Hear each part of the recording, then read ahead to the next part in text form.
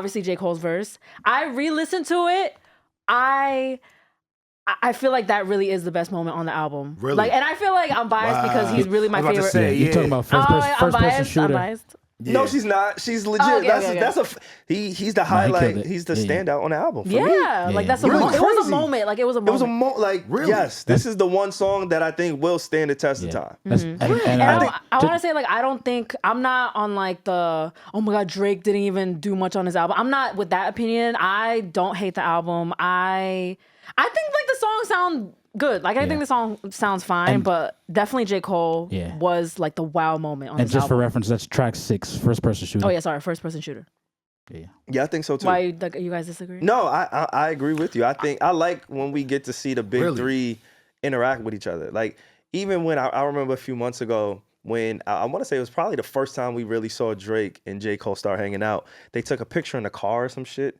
Y'all remember that? Yeah, I remember that. And it was on Instagram, and people were so hyped to just see Drake and J. Cole together. You mean like back then? Yeah, maybe a few years ago. It was just a picture of them in a car, and everybody was hyped. It was no music that came out. They hadn't worked since like In the Morning. It was just them together. So whenever we see any combination of that big three, which we haven't really seen Kendrick a lot. I don't know if you have thoughts on Kendrick, like kind of separating himself from those two. I have so many thoughts. It's something I've definitely noticed. But I agree with Reggie. I think J. Cole was a standout. And he came correct. Like, I know this has been said. I know, all of the big dogs as far as the media personalities and moguls, the Joes, the Charlemagnes, the Ebros, everybody's covered this. So what we're going to say may not be new. But the facts is the facts. Like, J. Cole showed out. He came like, I am on the track with the nigga that everybody says is the best, but I feel like I'm the best and I'm gonna rap like it. And I heard on because Drake does the radio shows before his releases now. Yeah. What's it called? Something 42? Yes. As on Sound 42. On Sound 42. Sound 42 is a channel at Sirius. And he had a conversation called A Seat at the Table, pre-release. Yeah. And he mentioned that First Person Shooter was the last song recorded. Yeah, you could tell. Like feels like it. Especially because the ending line, he's like, I'm one record away from beating Michael Jackson's record. So, and you wouldn't know that until like a few weeks ago. So it was clear that he just recently recorded it. Drake did. Has everybody in here heard the Jodeci Back freestyle with Drake and J. Cole from years back? I know that's really our era. Yeah. And I do, incline you guys to go listen to it if you guys haven't heard it. Man, when I saw the two of them on the track list together, that is the first thing my brain went back to. Because it's album time, it's two spitters, and if you listen to that Jodeci freestyle, it's the both of them. You know how we sitting up here just kind of like praising more Cole and Drake right now? It wasn't none of that on that record. It was the two of them going just wailing, like prolific. Balls, give you everything you wanted. So, I guess that's probably the one expectation and assumption that I did have when I at least saw the track list. So when I did hear how Cole just did that and then Drake just hopped on the beat switch, I was like, damn, son, like I could have really been something, And I will say this though, I don't think it's just that feature, right? When I hear Hove on a lot of Drake's, like the last Hove verse that really got me on the Drake project was Pound Cake. Right? Even the joint he did on Certified Lover Boy, like it was cool, right? It was song is very forgettable. It's very like you forget. Pound Cake is legendary. You feel what I'm saying? Those two should never have a forgettable song. And that's what I'm saying, right? So it kind of brought me to that when I saw, the performance that was both done by the both of them. I was like, damn, I thought the both of them was gonna chop. And I was saying, now I don't know why that is. I'm gonna be honest with you. I don't like the fact that Cole was like, yo, it's the Spider-Man me versus like. I get that. I'm not mad at that. Wait. You don't because like the they still line? trying to keep it friendly. Like it was fly. Like the line was fly. He was getting his shit off. I was just saying in terms of like I liked when Kendrick got on Control, which wasn't a song of his.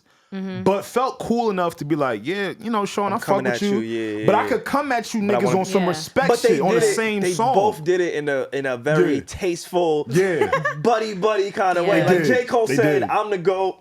And then Drake came back and said, I'm the GOAT. And then it's like, oh, but he's the GOAT and I'm the GOAT, so we the GOAT. With a Spider-Man meme looking at each other. They did it in a very nice, you know what I'm saying? And it worked. Kind of way. It's going to debut at #1 on the Billboard charts. And that's what you do when you got a lot of money and there's only one nigga that you could look at and say, oh, I kind of relate to you a little bit. And, biracial bandits, like, they got a connection and shit. Like, I get that. Like, legit, they got a lot in common, for real.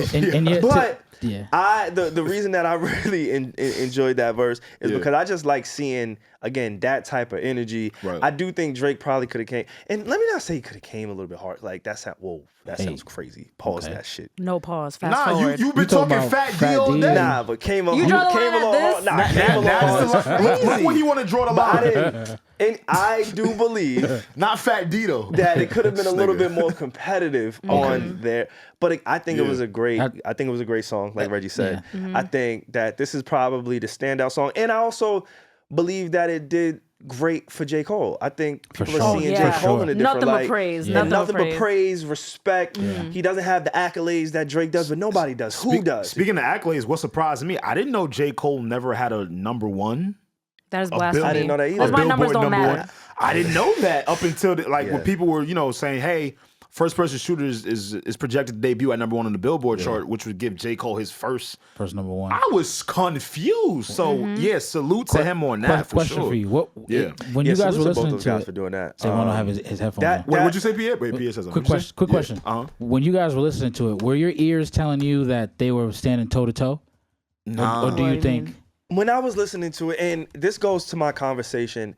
Again, referencing our Patreon, we just had a very I know you're gonna say the studio thorough. thing. Yes, we had a very thorough, in-depth conversation about the quality of music, the decline in music, which also Juicy J came out and said this past week how the music industry is almost on the decline. Sales are really low. Rap is down 40. Yep, rap is down 40%. According to Juicy J. But when listening to this and knowing that this was the last song that was recorded on the album, knowing that he and J. Cole were in the studio together when they recorded this, it made me go back to our conversation on Patreon about the authenticity within music and how when rappers are actually in the studio together, when artists are actually creating the music together and not just sending and MP3s collaborating and sending tracks, it will increase the energy the and the quality and the chemistry of the song. Yeah. I agree. If we had to do a podcast and Alex and Reggie sent me the stems and just said, yo, I want you to reply on the dead air. That makes no sense. Yo, SaVon, I left it open right here. It's just different. Wait, what? And you know what? Maybe that's an extreme example because nobody's going to do that. Hyperbole. But I'm going to put it to y'all like this. That'd be fucking weird. We could easily... We could easily, and every single creator, content creator, podcaster, they could all take this method of continuing to sit on Zoom and create a podcast. Yeah. Do you know one of the reasons why we don't do a Zoom podcast? It'll be fucking terrible. Like, thank you. Like, exactly. She'll be asked. I would hate doing that, guys. Imagine every single Tuesday. Instead, we actually try to make the commute. We carve out the time. Right. Yes. We pay the studio fees. We invest And in being here together. And before we record, we have a little banter, you know what I'm saying? Exactly. It's That's just a powwow. creative process. It's a creative juice. It's a workflow that just creates a better product within media, within podcasting. And so with music, you can feel it and hear it too. Yeah. I think that's another reason why that song is one of the standouts, because they were together and because it's like steel sharpening steel.